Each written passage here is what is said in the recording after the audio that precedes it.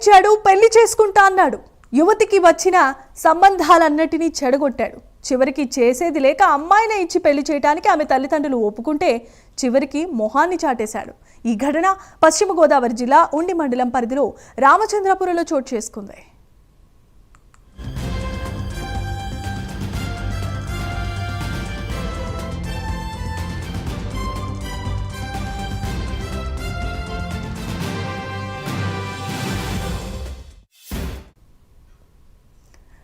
కరణం భానుప్రకాష్, గంధం భవానీ దుర్గా కొంతకాలంగా ప్రేమించుకుంటున్నారు. భవానీ దుర్గా తల్లిదండ్రులు పెళ్లి సంబంధాలు చూడటంతో వచ్చిన సంబంధాలని భానుప్రకాష్ చెడగొట్టేవాడు.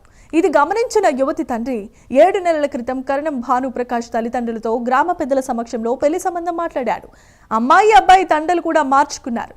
అయితే నెలలు గడుస్తున్నాయి. పెళ్ళెప్పుడు చేద్దామని గంధం భవానీ దుర్గా తల్లిదండ్రులు అడిగితే కరణం భానుప్రకాష్ తల్లిదండ్రులు మొహాన్ని చాటేస్తున్నారు. దీంతో గ్రామ పెద్దల్ని యువతి తల్లిదండ్రులు ఆశ్రయించారు. కానీ వారు పెద్దల మాట కూడా వినటం లేదు.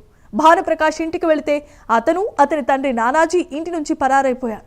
ఆడబిడ్డకు అన్యాయం జరగడంతో చుట్టూ ఉన్న స్థానికులు, బంధువులు ఆమెకు సపోర్ట్గా నిలబడ్డారు. అధికారులు జోక్యం చేసుకుని న్యాయం చేయాల్సిందిగా స్థానికులు కోరుతున్నారు.